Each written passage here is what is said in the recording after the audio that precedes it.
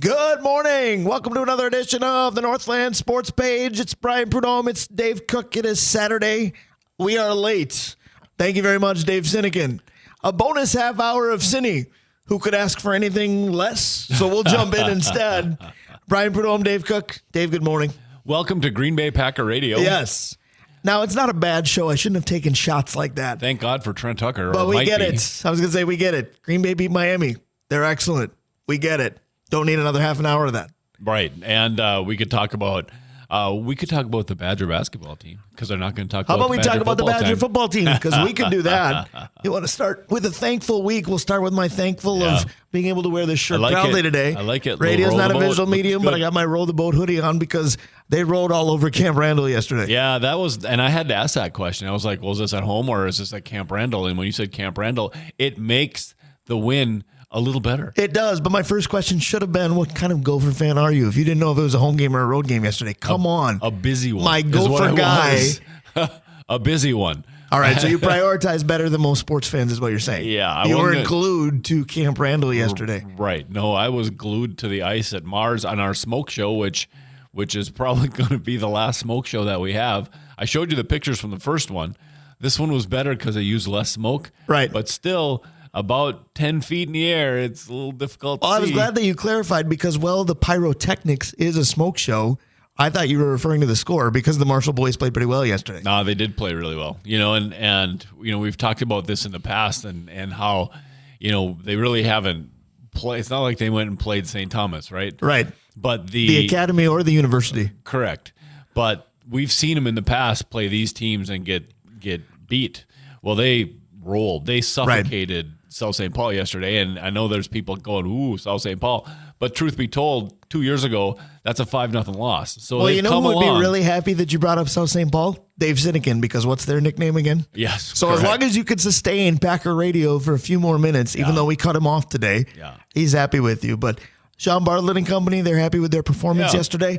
I'd love to know if Pat Andrews is or not, because his Hermantown team, they tied Cretin-Derham Hall in what I called the strangest game that I've ever broadcast on these airwaves, because penalty numbers were in the 20s. Ejections were 2. Melees were several. By the way, there was hockey as well. Yeah, I think that, we've talked about this already. This is a big turnover year for all of the teams in northeastern Minnesota, except probably Rapids. And, Hermantown's got some stuff they're feeling out, right? Starting with the goaltender. But there's no better way than to be super active and super aggressive. Now, it sounds like maybe they crossed the line once or twice. I was going to say, you'd love to know that your team will get physical for you, but let's keep it sans WWE style play. No doubt. And River is their guy, right? He's got to be their best player, and he can't be their best player in the locker room. He just can't be. And so he's a guy that needs to figure it out. But shoot, if I'm Pat, I'm probably not thrilled with that part of it. But super aggressive, super fast, and the goaltender played okay as it got better. Right. He got better as the game went on. Rough first period, banner next 3, because, again, period 4 last night. Tied at 4 in OT at Hermantown. So like we said, Marshall throttled South St. Paul. Great. Because they need to do that.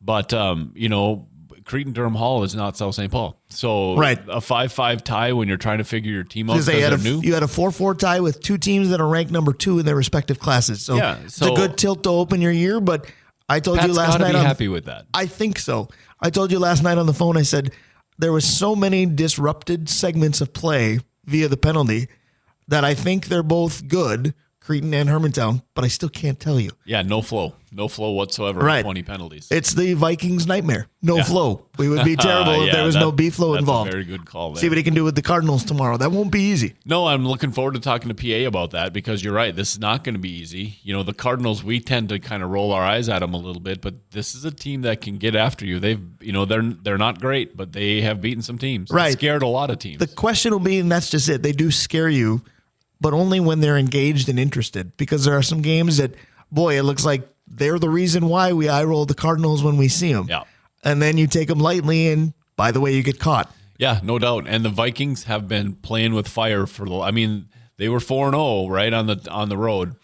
But but they've been playing with fire the whole time. They've gotten away with it. So, I mean, more power to them, but it's been angst-filled. Well, that's the Vikings game for me. There's 17 of those each year now that they increase the schedule, and angst-filled, anxiety-filled, nerve-wracking, however you want to put it. But the way you got to put it is wins lately. That's what counts. Yeah, and we struggled with the Bears at the end a little bit, and the Bears a little bit. Bears, you are kind today. Holiday weekend has done you well. Bears struggled yesterday or Thursday, and they paid for it. So well, we got a their new coach in coach Chicago. Certainly did.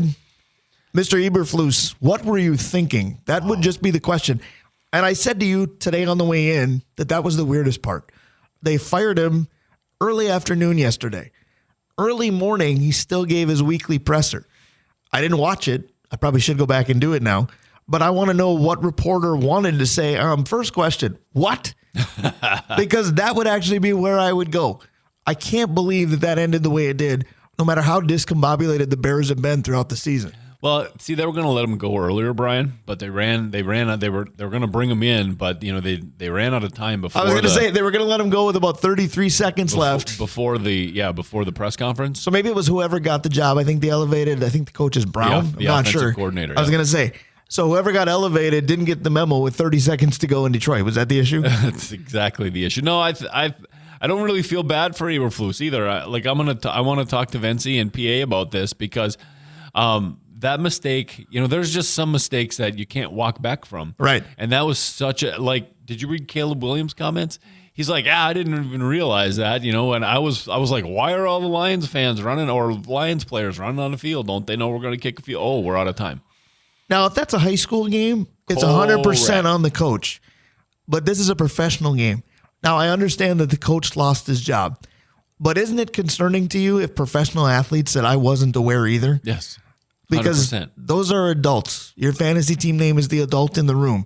Supposedly the Bears have several. Where did they all go in the final minute in Detroit? Well, we were at Thanksgiving and one of the people said, well, the quarterback's only human. And I'm like, yeah, but he's getting paid $100 million to not be human. Well, and he's not out there alone. I mean, Cole Kmet, their tight end, said, I wasn't aware either. Yep. Clearly, Eberflus, if he was aware, what are you thinking? If you're not aware, you don't deserve the job. Yep. But, Caleb's been in that situation his whole life. Spike the ball.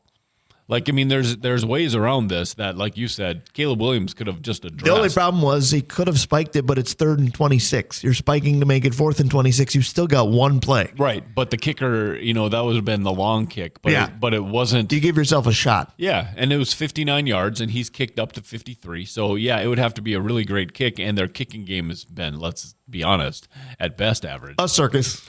And but you got to give your guy a chance to play overtime. You just have to. Right.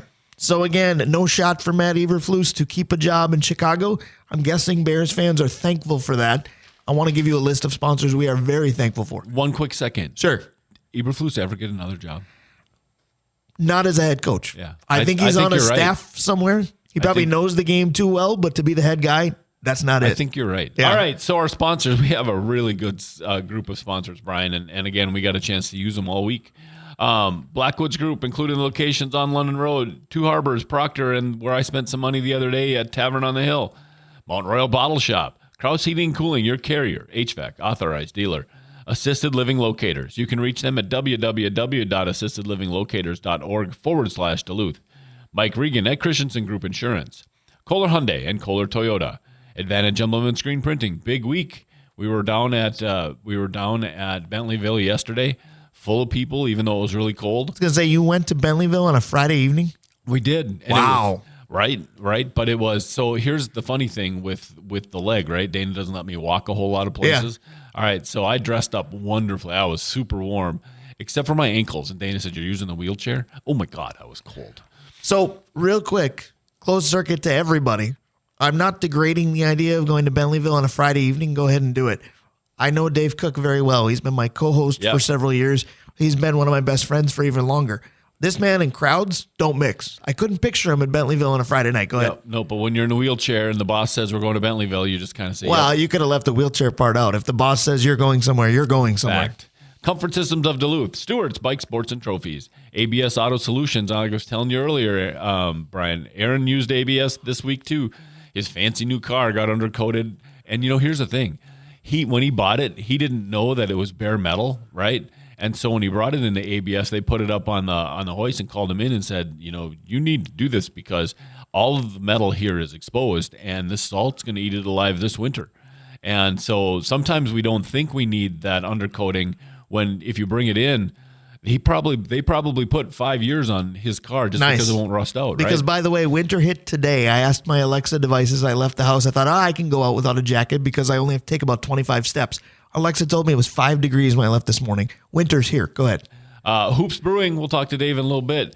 And Arola Architecture Studio. And Brian, normally I don't have a lot to say about Arola Architecture Studio. You guys got to hang out yesterday.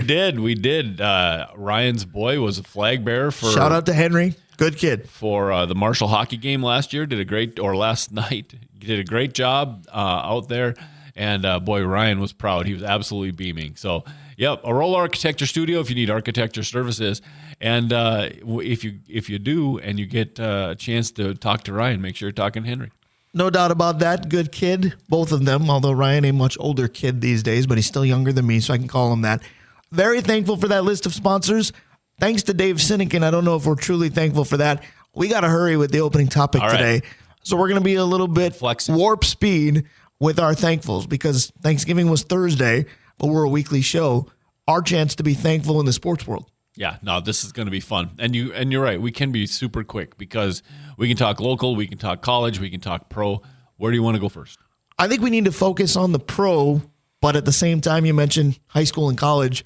We personally are thankful for the ability to get to do so much with both of those things. Absolutely right. We were talking the other day, being able to just to bring local to you, right? Right? Have the opportunity. Pick a high school, pick a college. We've been there, done that. We love it. Exactly, and bringing it to you is the best part. All right, so let's talk professional. Who do you want to start with? Well, you've always been my Will Steeker with these, so we're going to do what are we thankful for historically with said franchise, and what should we be thankful for currently. The one question I had for you is how you want to do this in terms of perspective. Do you want to do this in what we feel we are thankful for with those teams or what they should be thankful for? Because they may not be the same. No, they probably aren't. Well, let's see how it flows. Okay. I think that we can do that, and I think we should start with the Wild because I think the thing that we can be most thankful for, and you know where I stand on this, is the Minnesota Wild. Like, I think we should having a hockey team. Yeah, I think we should be thankful that we have a hockey team. From the man that went through absolute withdrawal. In fact, he withdrew himself from following the National Hockey League when the North Stars left. Yep, 100%. There's gaps in my memory so for sure. Can we actually, close circuit to Topher Davis, can we actually be thankful that Norm Green still sucks? Because without him, we don't have the Minnesota Wild. You could argue we shouldn't have had to. Right. But we kind of enjoy him. Yeah, and so I think that we should be thankful for the Wild. I think the Wild need to be thankful that some of their kids have started to click, right? And Rossi started to click again. Faber's been really good because some of their stars are starting to age out. Spurgeon's starting to age out a little bit. They need the Well, let's think about what you just said because we just put Jared Spurgeon and star in the same sentence. Anybody else in the NHL is laughing at you right now. Oh, I don't know. He's not a star. He's going up. Unless he gets traded to Dallas, he's not a star. Spurgeon is going to go up in the rafters. 100%. They are going to retire that number because he's been that guy. So we can just put that, and you can put that on the nope, we're not going to do it someday, and you can say, Dave, you said that they're going to put it in the rafters. I was going to say, 46 is going in the rafters. Or you can send it to Dan Cole, the common man, because the preposterous statement tournament comes your way in a few months. Yep, go ahead. Spurgeon's going into the rafters. Okay. No, I hope his game doesn't, but go ahead. All right. So those are the two things. I think that we all should be thankful for the actual franchise, and I think the Wild need to be thankful that they're starting to see some upward momentum from their kids. I can appreciate that. You know where I'm going to go because I die on this hill all the time. They should be thankful for unconditional love. Now, this year they deserve it. Their record is unbelievable. Based on what we thought their roster was going to be, it's even more unbelievable.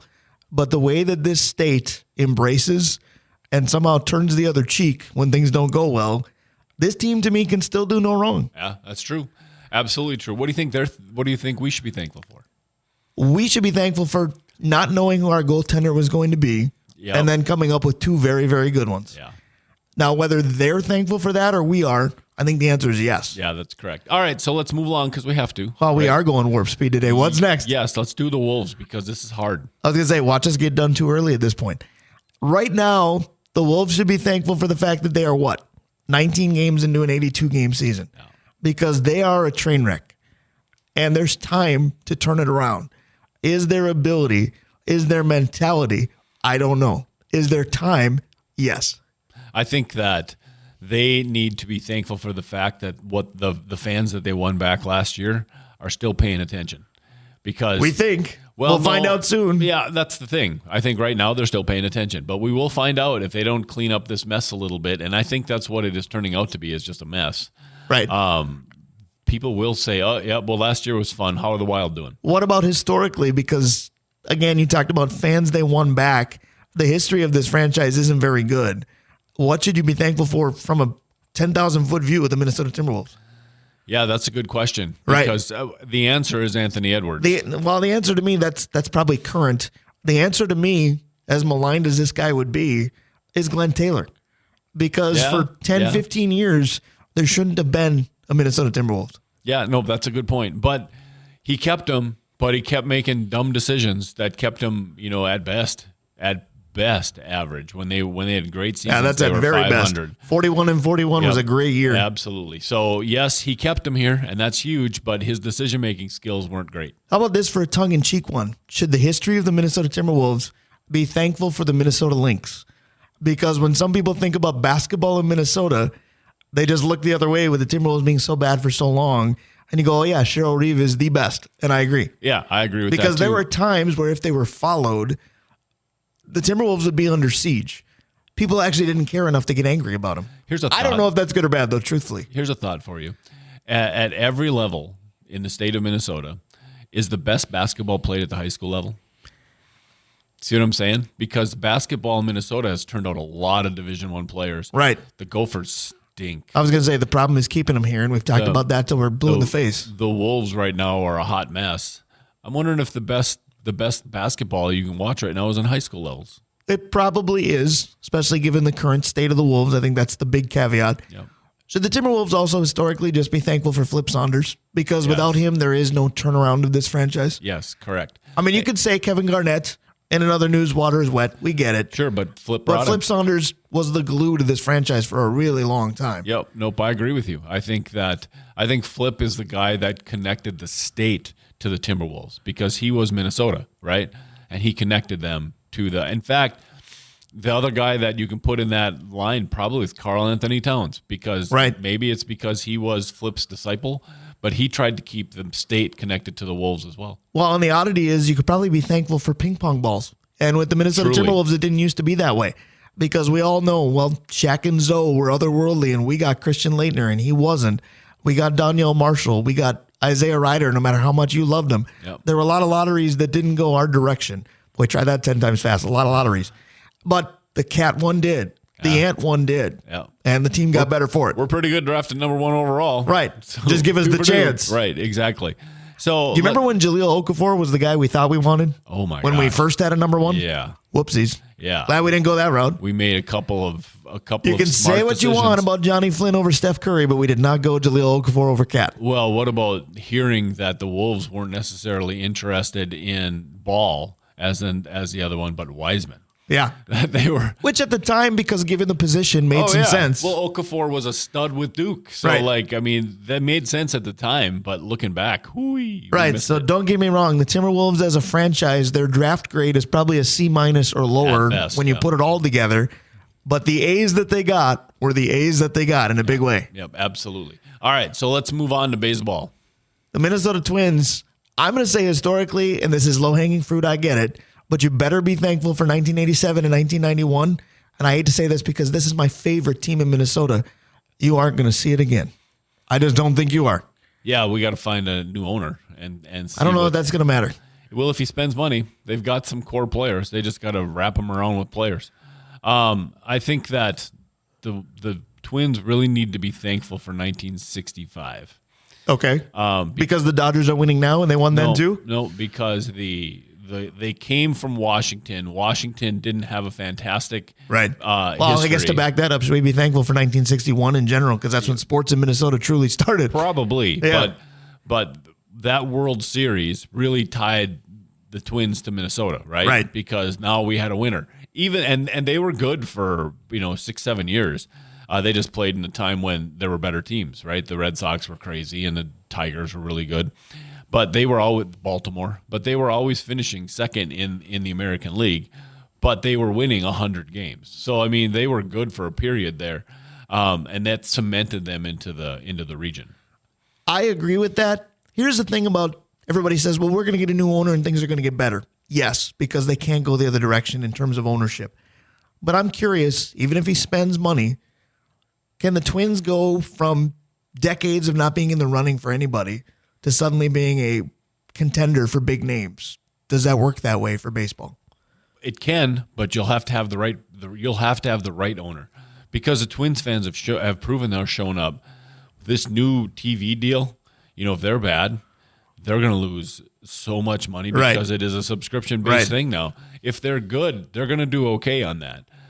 So you have to have an owner with deep pockets who really wants to play with the Twins and make a winner out of it. You have to have Steve Cohen, basically somebody like that. Well, that's what I'm wondering, because there's always one or two teams that declares that they're going to spend even when they don't contend, which is kind of a fun little limerick, if you will. We're going to spend, but maybe not contend. But the Twins would kind of be that team if they suddenly appeared on the financial map with a new owner.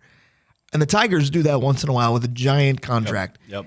And they sort of contend, but they sort of don't.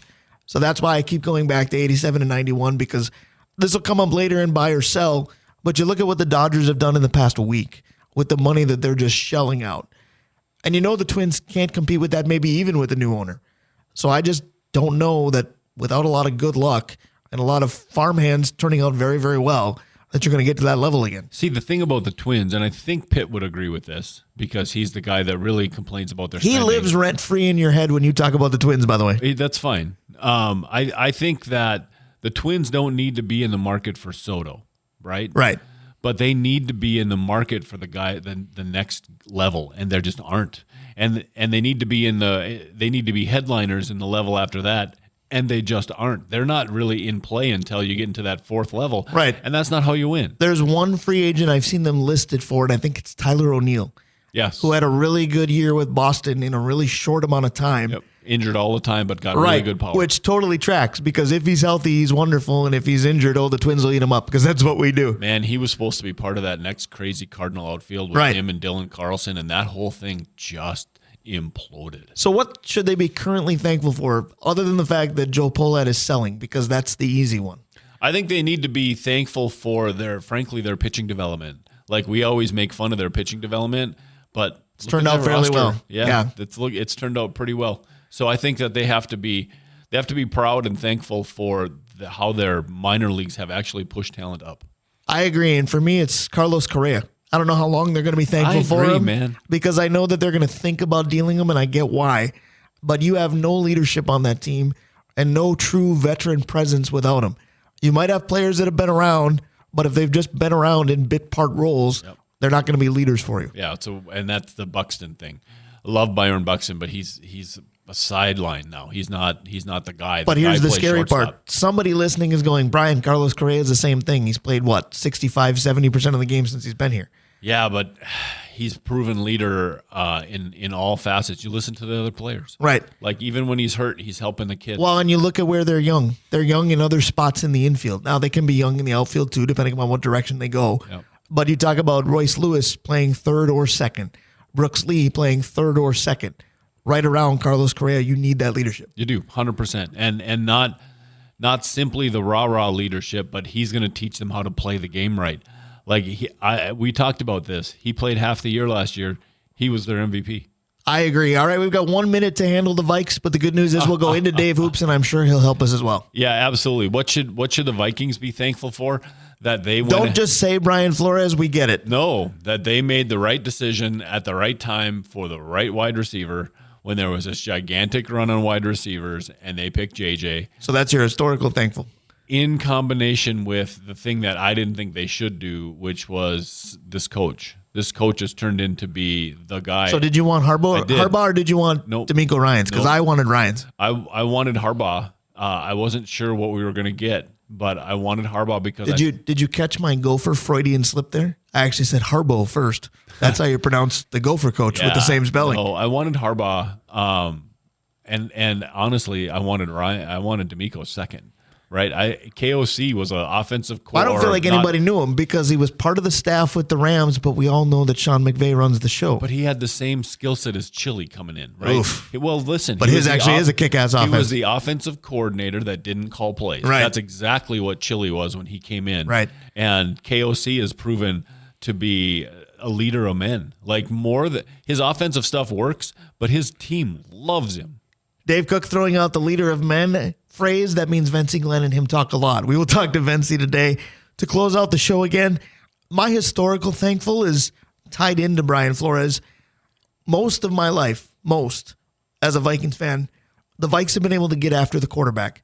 Historically, they've been very blessed there. They're doing it again this year, and I think that's why they're fairly good. Nope, I agree with you. Their defensive line, you look at teams, and the teams seem to have a specialty. The Viking specialty has always pretty much been wide receiver and defensive line. I agree. So currently, what are they most thankful for? I know the wide receiver decision you brought up is still having current effects. What are you currently, don't say B-Flow, what are you currently most thankful for? No, it's B-Flow's a great call. I'm going to say something that I never thought I'd say. I'm thankful for Kwesi. Because just imagine if he could draft because the free agent decisions have been good. Last year's draft was pretty good. And can I be thankful for Brzezinski then? Because just the financial math that they do to put a roster together is so impressive. But the reason that I want to say that is not the draft. It's the other stuff he's doing so well. Yeah. The trade for Cam Robinson. He made a decision and went for it. When they look like they have a team that can go for it. This team deserved a left tackle, and he went and got one. His undrafted free agents have been exceptional, and I'm the biggest draft fan there is. I've been awful on Kwesi when it comes to drafting, but look at the rest of the stuff. The rest of the stuff he's done pretty well. Like everybody says, just imagine if he could draft, would be a Super Bowl contender for years. Yep. So I think currently, and this is a little bit tongue in cheek, but I think it's a point that needs to be made. When the schedule first came out, I was not thankful for it. I thought, who hates the Vikings? Because you looked at the first 5 games that they won, and it looked like a gauntlet, but they won them all. All of a sudden now you're somewhat thankful for that schedule. The NFC North, basically as a whole division, we're not counting the Bears anymore. We brought up why.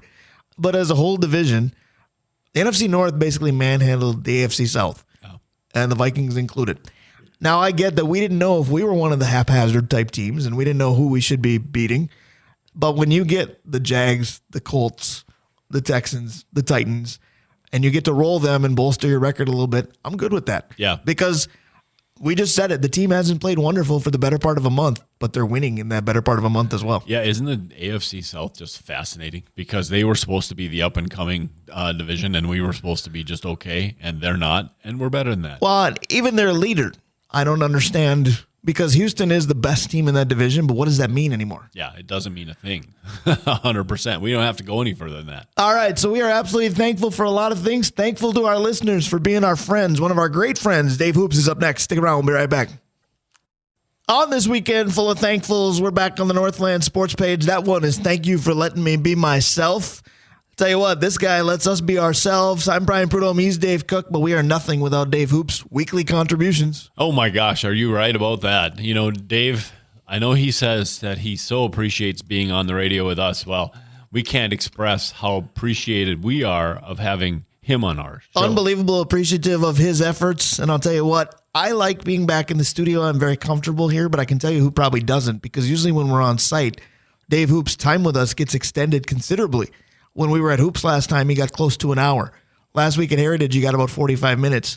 I hope he's okay with being back to about 15, 20 today. Wasn't that fun last weekend? It was. Like the background of having the kids playing.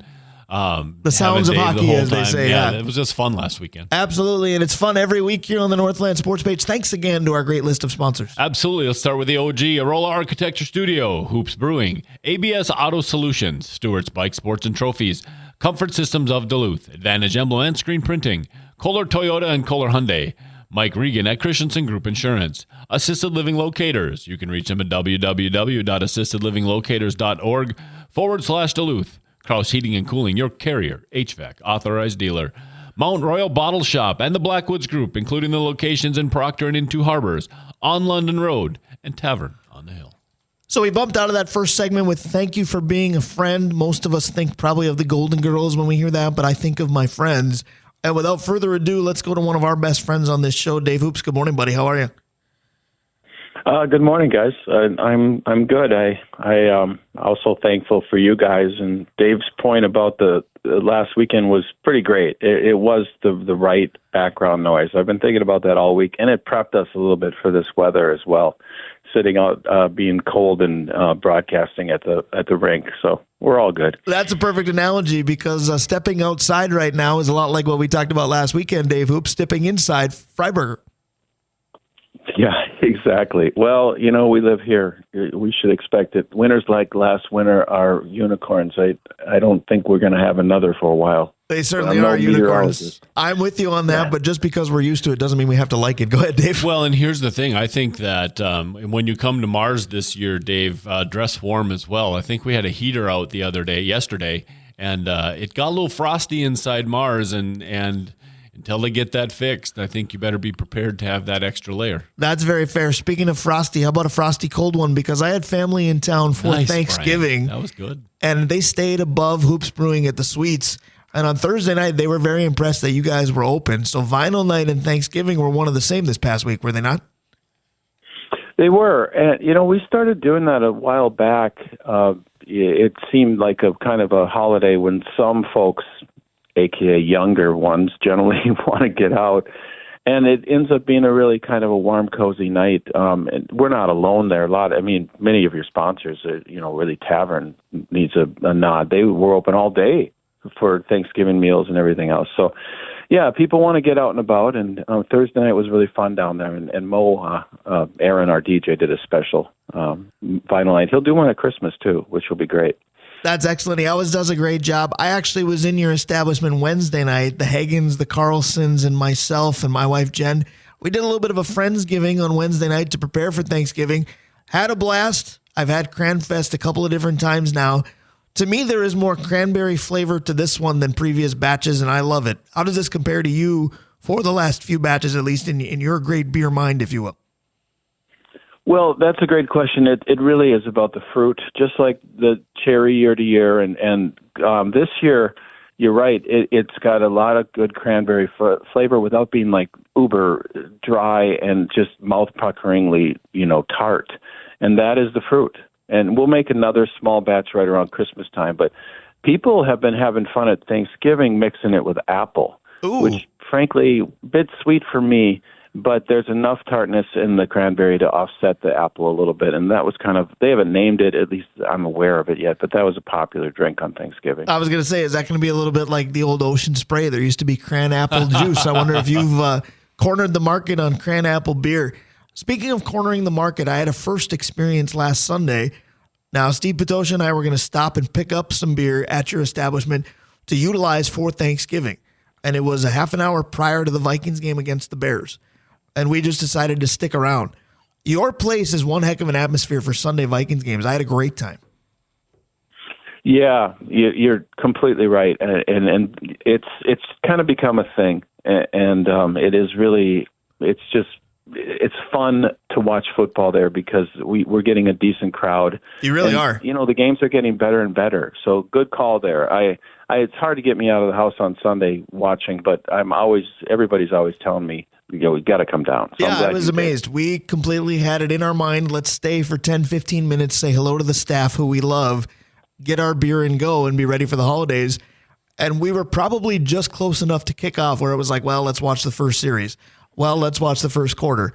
This is fun. Maybe we'll leave at halftime. Well, now we're just buckled in. We're having a great time. So it's one of those in 10, 15 minutes and 4 hours go by. It's going to happen for me anywhere. Hoops Brewing is at the top of the list. Yeah, that's a fantastic take. And I love I can just see you guys, like at some point looking at your watch and saying, all right, can we make this? Because I think we can make this. Let's stay. I think the last thing we said was, well, to be fair, time for two more doesn't happen until 90 minutes after the game. We got time. Right. So, no, that's a great story. Absolutely. Speaking of a great story that categorizes the Vikings season, give me the positivity for finally returning home to take on the Arizona Cardinals. Well, we've got the second best record in football. I don't think that's discussed enough. Detroit lost that game, and I was all prepared for that. Chicago, let's just not even bother. It's just remarkable. But we have this week, and, I think the Packers might really, last time I was rooting for them, they couldn't do it. A win on Thursday with the Vikings need to do their job tomorrow, which I believe they will, and then all the juggernauts won this week. You guys all know this. But it's a win tomorrow, which, let's say 27-20 win. And then on Thursday night, we get a Packers win, which, that's how I have the script written, and then everything is great. Now, there's a lot of people that might not agree with that, but that's how I'm looking at it. Well, I'll tell you this. I will certainly agree with the fact that we were talking to a knowledgeable football fan, because I get it. It's very difficult to root for the Packers, and I don't even know if I can use that word. It's just going to be one of those Thursday nights where you're going to be okay with them winning, but Dave Hoops realizing it's good for the standings, Dave Cook. You don't always get that from the other side of this rivalry. No, you don't. And Dave, I agree with almost everything you said, except I think Detroit needs to lose one before the playoffs, because they need to be ready to go. But that's why he's got the Packers winning. Well, I understand that, but if you get Detroit now, we still play them. If they've had their taste of loss already, they're going to be good the rest of the way. Dave, though, I got to tell you, in my world, that game matters. That game maybe makes it for the bye. In everybody else's world, that's a throwaway game. Nobody's playing. Nobody cares. Everything's decided. Let's see what happens that last game of the year. Well, we got to bring up one thing real quick before he beats me this week. Speaking of Dave Cook won a fantasy football matchup last week. So real quick, congratulations to Dave Cook on getting a win. He's off the winless schneid, and he beat Dave Hoops, yes. So Dave Hoops, thank you for taking that one for the collective league team, but I think I'm on my way to taking the same fate this week. Well, it's okay. I was feeling bad for Dave, and he needed the help, and my team has been faltering. But I got May this week, and I'll be all right back into the playoff race. So it's all good. Fantasy's fun. I'm coming. All right, so Dave Hoops helping Dave Cook in the fantasy world earlier. Dave Cook always helps Dave Hoops with the fantastic questions that come with this segment. All right, Dave, we were talking at the house last night about all the fantastic movies that are out right now that are drawing people into the cinema.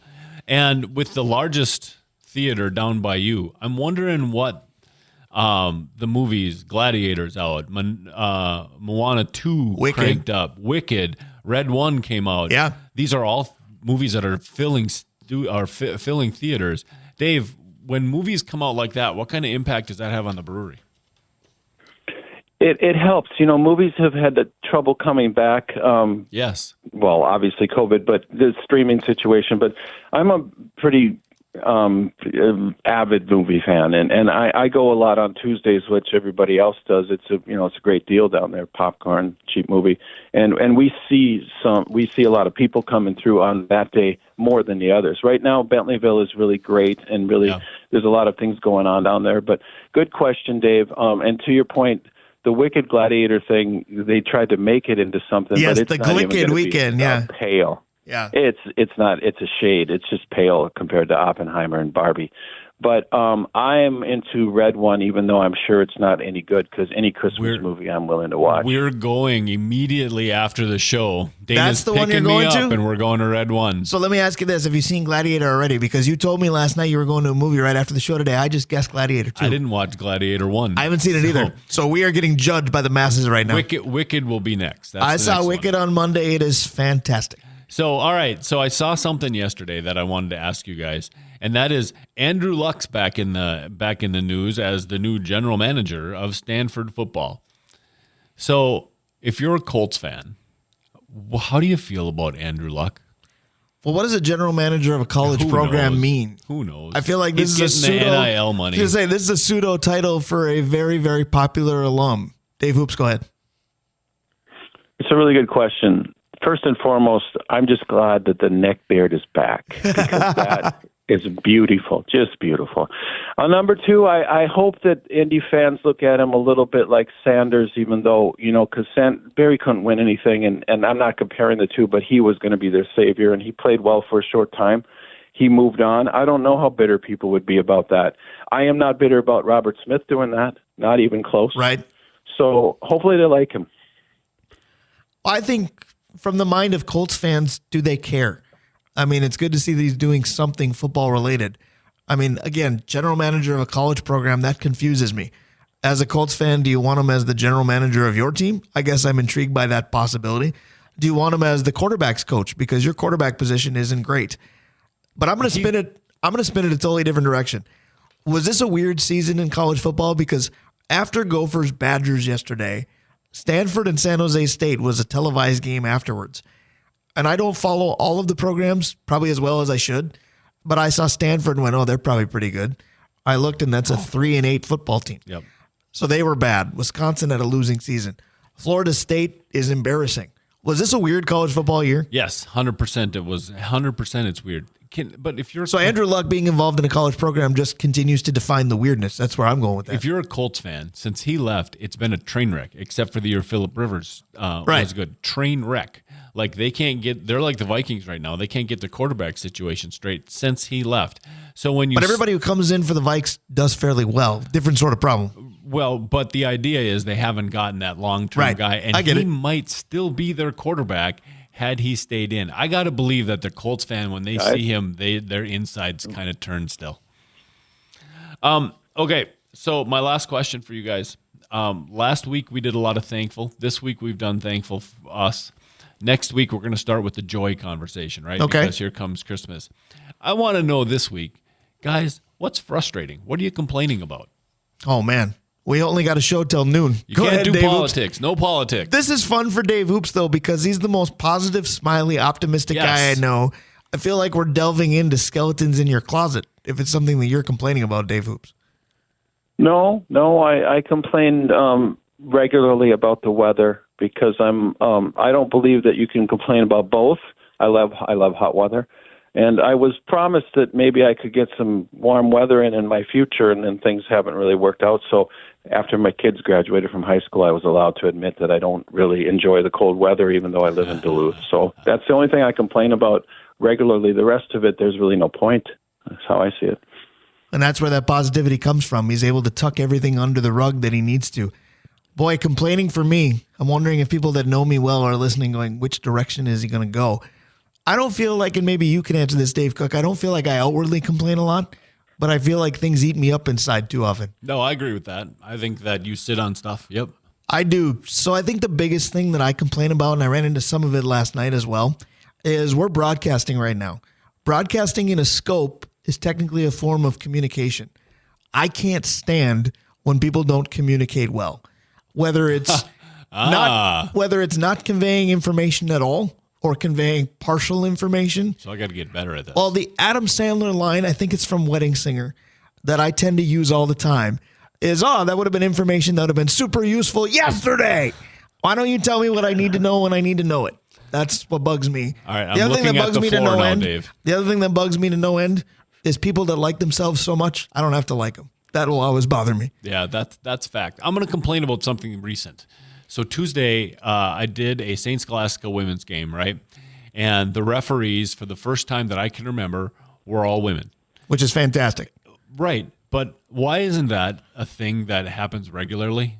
Like, we got to talk to the young ladies now about getting into officiating because they're fantastic, right? We've got high-end women referee in our area. I don't know enough of them because a whole women's crew shouldn't be, oh my gosh, look, there's all women. There's 4 women refereeing this hockey game. It shouldn't be that. It should be just 4 referees, and they happen to be women. I would love if we get there. I don't know how long it's going to take.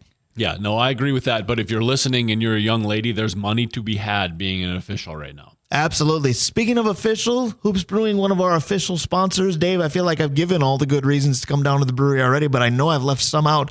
Good weekend to do it. Tell us why. Well, most of us know today is Small Business Saturday. Yes. And yesterday there was quite a bit of action going on in Canal Park in downtown. Now, so a lot of you are going to go out today just to support small business. Please do that. It's really helpful. I'll be doing the same. And, of course, then we also have the Makers Market, which is kind of a big deal for us. There's like 18 or 20 vendors down there. Starting just after noon today, all kinds of artisan craftsman stuff. And then, of course, there's lots of beer, lots of sports, and we were all decorated, when Bentleyville opened on Saturday. So it looks great in there. Come on down. Try the mixing cranberry with stout. That's an interesting recommendation today. So. All right, we love your recommendations. Good call on Small Business Saturday. Buy everything that they're selling. We're going to play Buy or Sell next. Sorry you can't stick around for this one, Dave Hoops, but it's always a pleasure. We'll do it again next Saturday. Thanks, Dave. Oh, you guys will do great. Thanks, guys. Have a good rest of your show. You as well. That's our guy, Dave Hoops. Buy or Sell is next on Small Business Saturday. Stick around. We'll be right back. All right, we'll take over. Adam Sandler, I dropped a line from him last time. We bump in with a song, the Thanksgiving song. We talked last week about some people jump from Halloween to Christmas, and I'm a big Thanksgiving guy, so I always ask why. And I mentioned this at Heritage last week. People blame the fact that there is no Thanksgiving music. For the most part, they're right. That's probably the one. Well, and not just music, but how about movie? Like, right. So it's planes, trains, and automobiles, and... Exactly. Right. I was going to say end of list.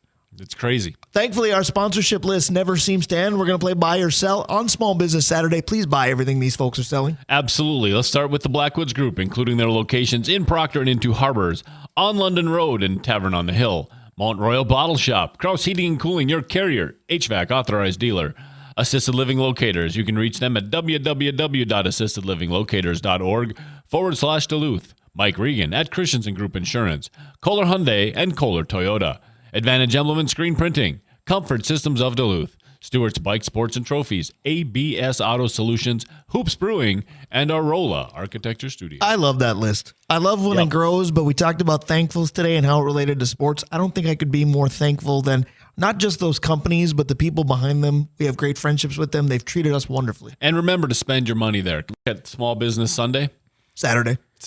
Well, you can go ahead and morph it into Sunday as well. Sunday. If you have fun today, do it again tomorrow. Small business weekend. Yes. Here. Small business season. Yes, and spend some money at our sponsors, like I do, and I know you do as well. So make sure that you're following along, and if you're looking for a Christmas gift or whatever, come and spend some money with the sponsors.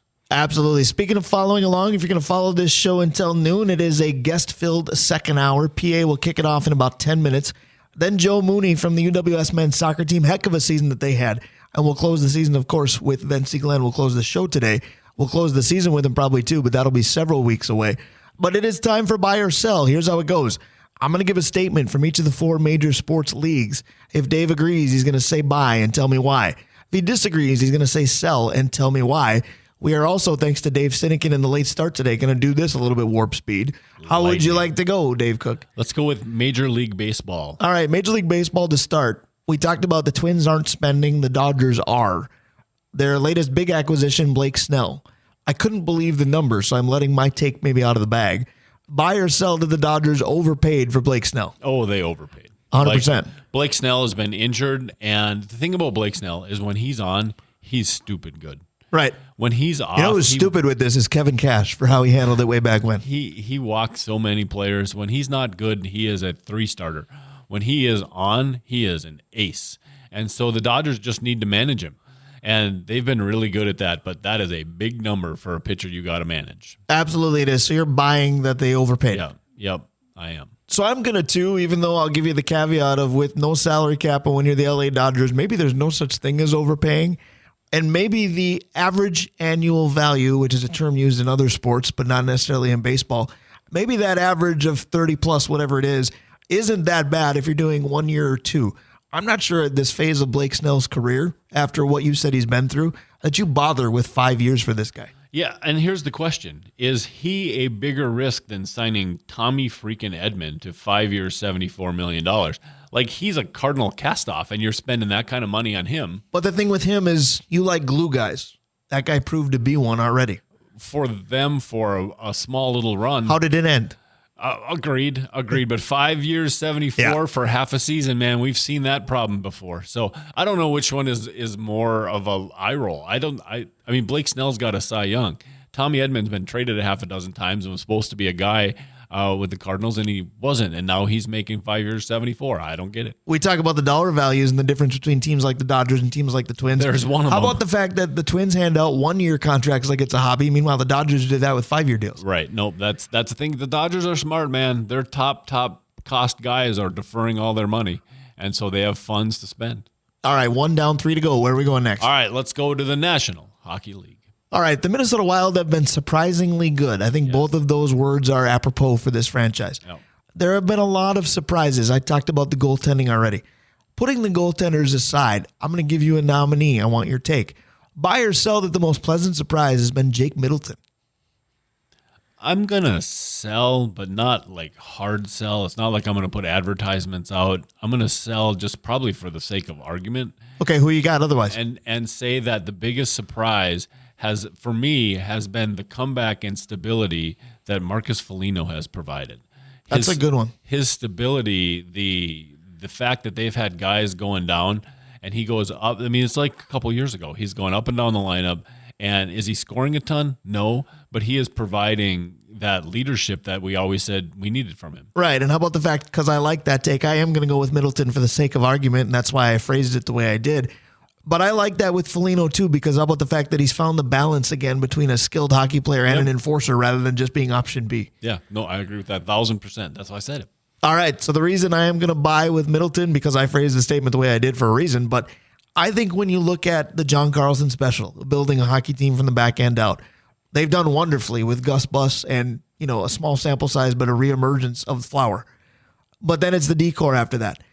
And when you talk about the decor of this team, Brock Faber is subject number 1.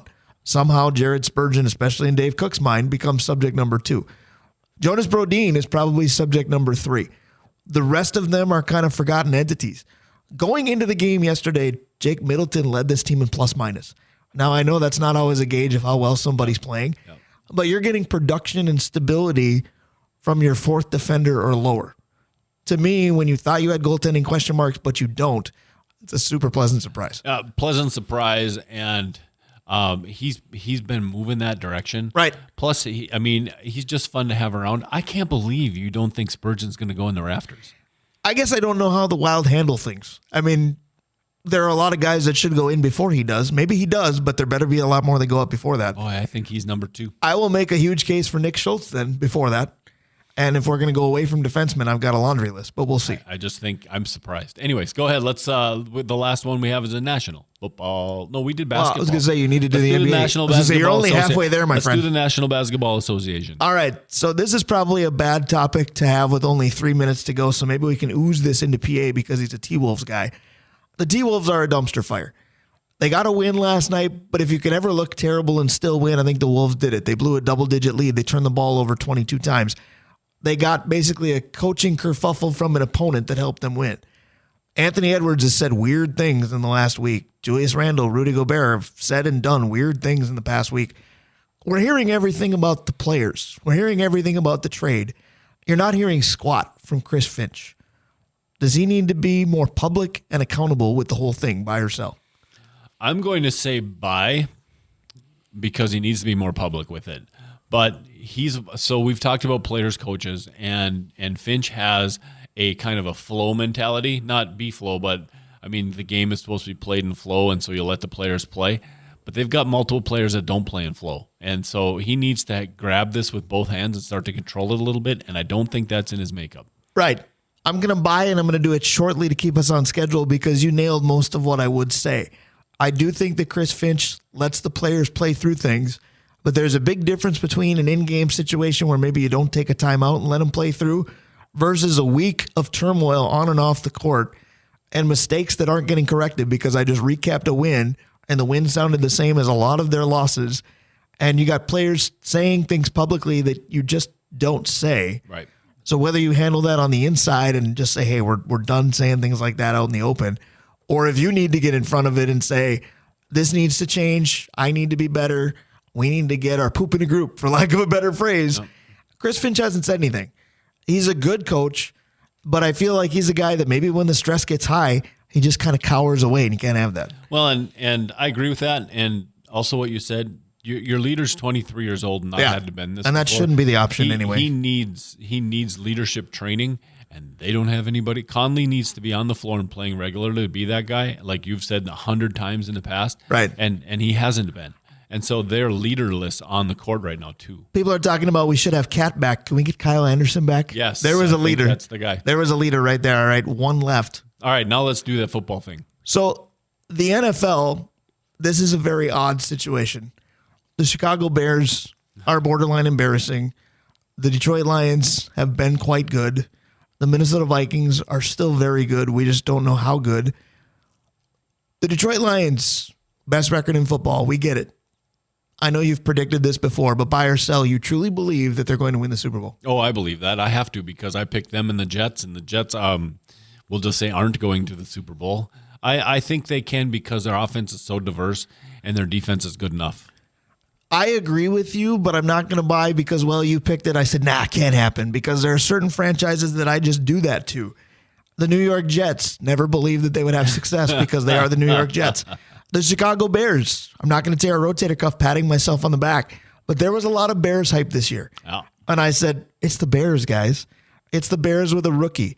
It's the Bears that can never find a quarterback. Who haven't developed a quarterback since Jim McMahon. And it is now the Bears, 4 games under 500 and with a brand new interim coach. Yeah. Sooner or later, now last year it took to the NFC title game, and I don't think the 49ers are going to have the ability to get in their way this time, but the Lions are going to lion at some point. My apologies to our 5 listeners in the UP. Hour number 1 is done. Ariana Grande, thank you. Next is PA. We'll be right back.